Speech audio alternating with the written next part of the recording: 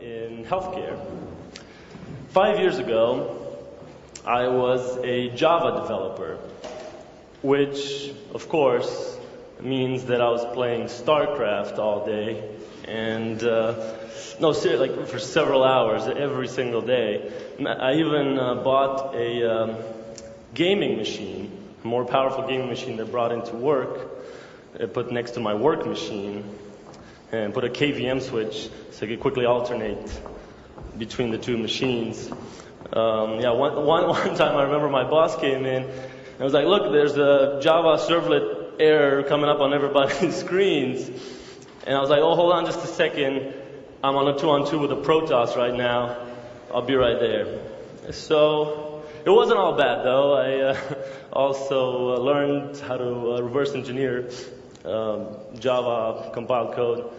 And they paid for me to go to a conference, the Python conference, and learn Python. That was awesome. Got to play around with Backbone.js when it first came out and a bunch of other JavaScript stuff.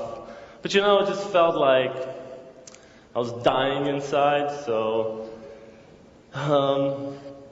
you know, to try to get enough courage to leave the job before I got old and died, I wanted to try freelancing, you know, to see how it goes. So I started freelancing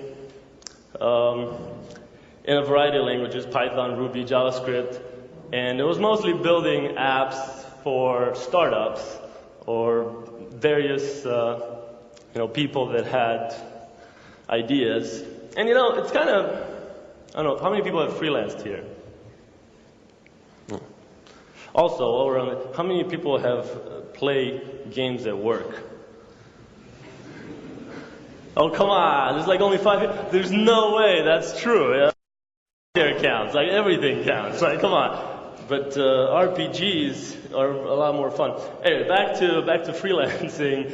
Freelancing is good money. You should try it. You definitely make more money, but it's building the same thing over and over again. You know, once you've built an app for one startup, it's kind of the same, like same shit, different app. You know, you just keep building the same thing over and over again. And I don't know, it wasn't quite, you know, a lot of times the app ends up not being used by anybody, ever, right? The startup runs out of money, the founders go get another job, and, you know, I go to building another app from zero again. So, you know, building software that nobody ever uses is like building a sandcastle. Here I have a picture of a sandcastle. Yeah, it's like building a sandcastle. You know, you build it and it works, but then like the water comes and it washes it away.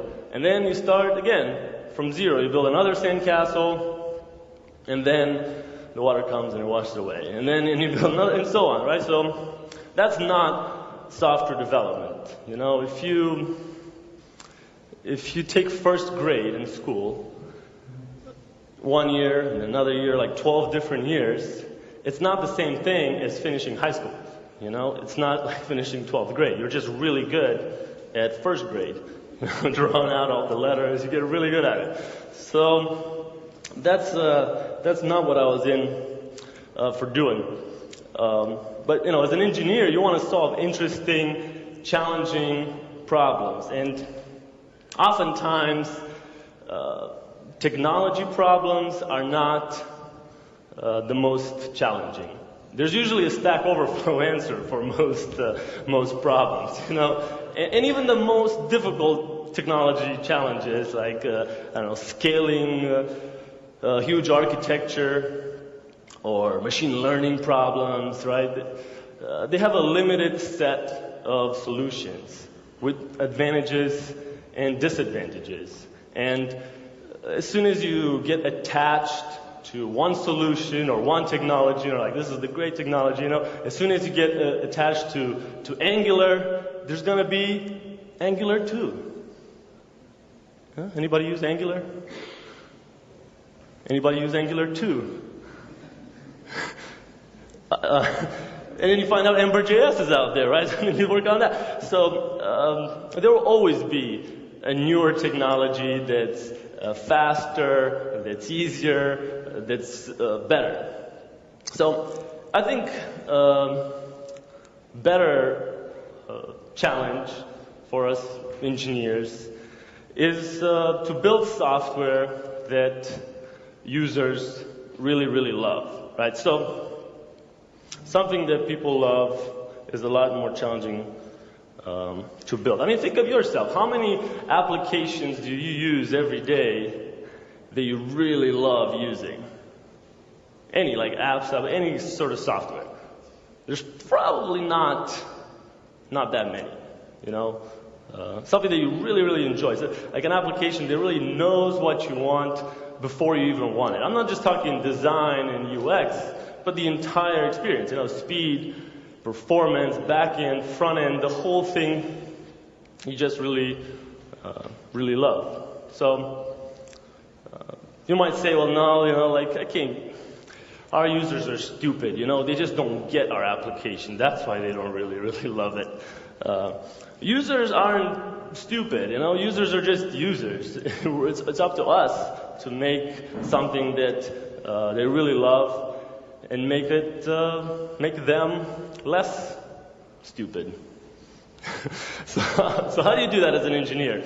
You know, isn't it the project manager that should go out and get all the information for what you need to build, or maybe the salesperson's there to figure out what the user wants, and then the QA can test it to make sure that it's what they wanted that ended up, so they should be happy. Shouldn't it be this team that gets us the specification, and then we as engineers go out and build whatever the specifications was? No, I don't think so. I really think we should go out and talk to the user, right? I think every engineer should speak to that user. But you might say, oh, that's impossible, right? We have like 1 million processes. We have a sales team and project manager and, you know, all these levels of people in our huge company. No way I could ever talk to the user. Well, then just leave the company. Go somewhere else. You guys say, well, no, all the companies are like that, right? Every company has all these processes and people, and I can't talk to the users at any company. Well, then forget about it. Just leave altogether. Start your own company. It's really not that hard. You just create some software and then show it to some users. That's it. Think you could do it? It's very, very simple. And not just any user. It can't be like your friends, right? Your family. They're always going to give you bad or extra good feedback. I'm talking real stranger users that you put some software in front of. And you really got to empathize with them, you know, put yourself in that user's shoes. You know, you got to really start knowing that user better than you know your own self. Because the user is not always you. You know, people tell you to scratch your own itch, which means to build things that you are going to use, right? So if you have a problem getting a taxi, you should build Uber, solve your problem. If you have want to share more photos, you should build Instagram. Problem solved. But who's going to build software for kids? You know, kids. Who's going to build software for sick people? Who's going to build software for this? In our case, at iMedicare, our users are generally people over the age of 65. Do you think they're going to build their own software? I think we really need to go out and really figure out what they really need, because the way they use a software application is very different than the way you or I might use a software application. But you know, these users, they're tricky because they will lie to you. You know, so you really gotta be take each feedback with a large grain of salt. You know, like they said, if Henry Ford asked people what they wanted, they would have said a faster horse, not a car. If Steve Jobs would have asked people what they wanted, they probably would have said more Nokia ringtones. I don't know. But creating the software is you've got to make sure you take that feedback and combine it with your own instinct as well. So, but you might say, oh, well, I got to create the software to show the user, right? That's going to be super difficult. I don't even know what to build. There's this feature and that feature, and which technology should I use? Should I use Angular or Angular 2? I don't know. So, I'd say, look, technology is never the most challenging part. You know, it's never the limiting factor. To get something off the ground, right now, there's virtually zero barriers to entry. So you can definitely do it. Matter of fact, let me tell you a story. Our first customer, a pharmacy, they wanted the application we built, which I built. It was the first iPad application I had ever built, ever. And we went to sell it to them and to install it on their iPads. And I came with my entire computer and development environment because it wasn't on the App Store, right? It was just, I just made it. I just compiled it like on the way there. So I just deployed it on their iPads, literally in the store. They had a table with 8 iPads and just went and deployed development environment, Xcode. so literally put it on each of their iPads. They can't, imagine, this is not on the App Store, right? They can't get an update. If it crashes, that's it. So there's there's none of that. And they're still a customer, thank God. What I'm trying to say is it doesn't matter. It doesn't matter how great that first version is. It's just getting it in the user's hands and then learning from that user. That's it. And then you get it to the second user, right? And then to the third user. Software can spread so quickly once you make users really, really, really, really happy. The reason I show up to work every day is because we have 4,000 users, 4,000 pharmacies, and 30 million patients that are impacted by every line of code that we write. So that's a lot of power to make a positive effect on 30 million people and 4,000 pharmacies. It's also a huge responsibility not to mess it up and have a negative impact on 30 million people.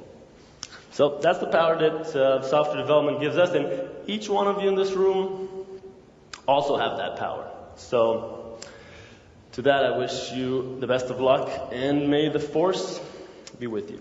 Thank you.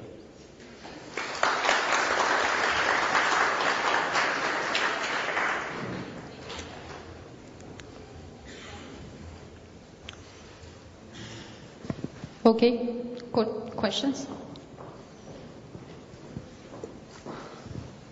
Hello. So you were talking about the users sometimes don't know what they want, and maybe sometimes they don't tell you the truth.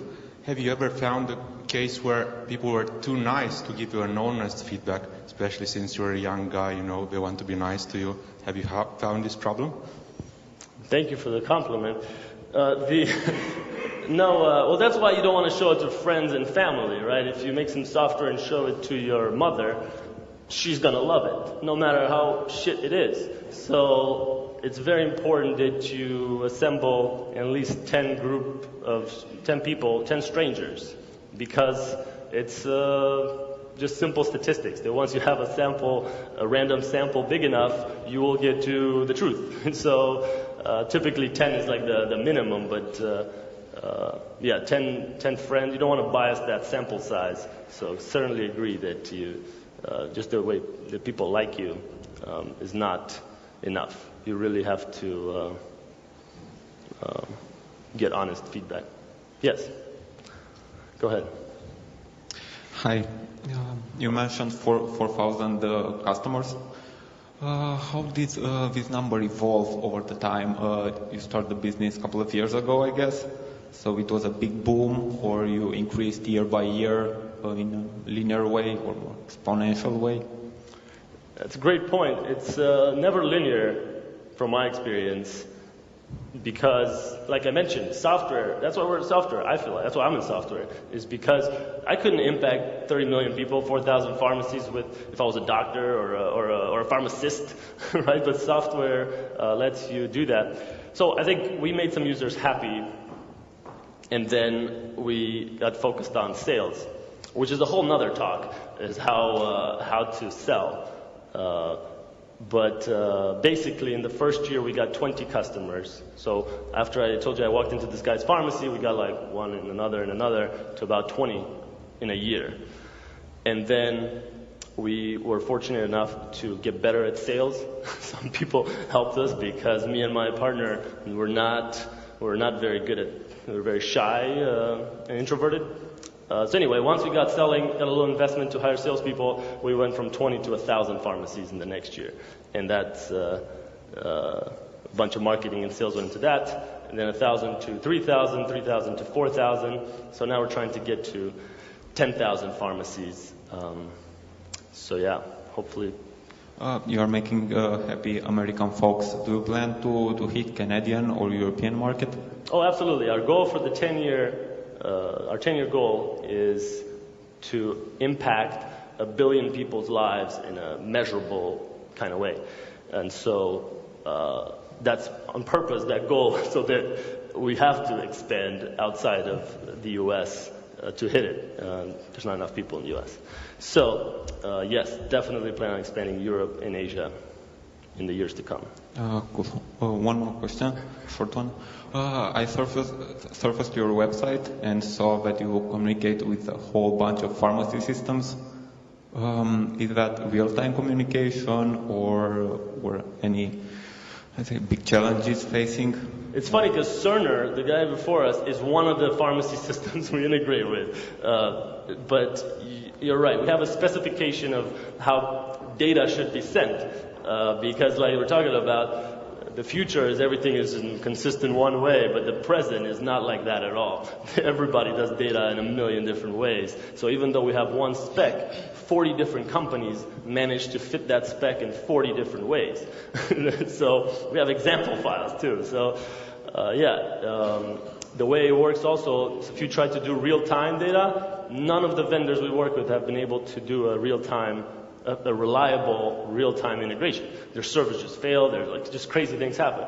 So right now they SFTP files every night. That's the only way vendors currently. I know big data and cloud and there's a lot of things coming in the future, but in the present, these guys are unable to do anything more than SFTP. So it's sad, but it's changing. How did the idea come to you? Did you have other tries? No, it wasn't even my idea. So my partner is a pharmacist, or was in pharmacy school, and he was writing Python for fun. And I organized a Python meetup in the U.S. in a city, and we met there, and we're just chatting. I was trying to build, I was freelancing, I was talking about, trying to think of scratching the itch, the Instagram or whatever, and I started learning from him the healthcare industry, which is crazy. The way healthcare works in the US and in other places as well, it is very different than how you're used to interacting with technology and other things in your life. And so I got really interested, started learning, he explained it to me, and he had the idea, and then we did like you just said, just kind of, well, let's try building what they said they want. And they wanted some consultation tool. We started building that, and it turns out they didn't really want that. They were complaining about this other problem with how they get paid. So then we're like, okay, well, let's try to do that. And then you kind of keep getting feedback and adjusting and iterating until they're like, okay, yeah, that's what I want. And then you're like, well, are you going to pay $1,000 for it? They're like, no. Okay, well, what would you pay $1,000 for? And they're like, well, you should do X, Y, and Z. Then you go do X, Y, and Z and come back. Here, we did X, Y, and Z. Where's my $1,000? And so on, until finally that one guy that I went to the store with the iPads did agree to pay us $1,000. So it wasn't a trial and error Absolutely. Thing. It was something specific and great, nice. Cool. Any other questions here in the back? I've neglected you guys, right? Do you have any question to address? No? Cool. Yeah, I think this is all. If you don't have any questions anymore. Yeah. Cool. Thank you very much, Flaviu. Thank you.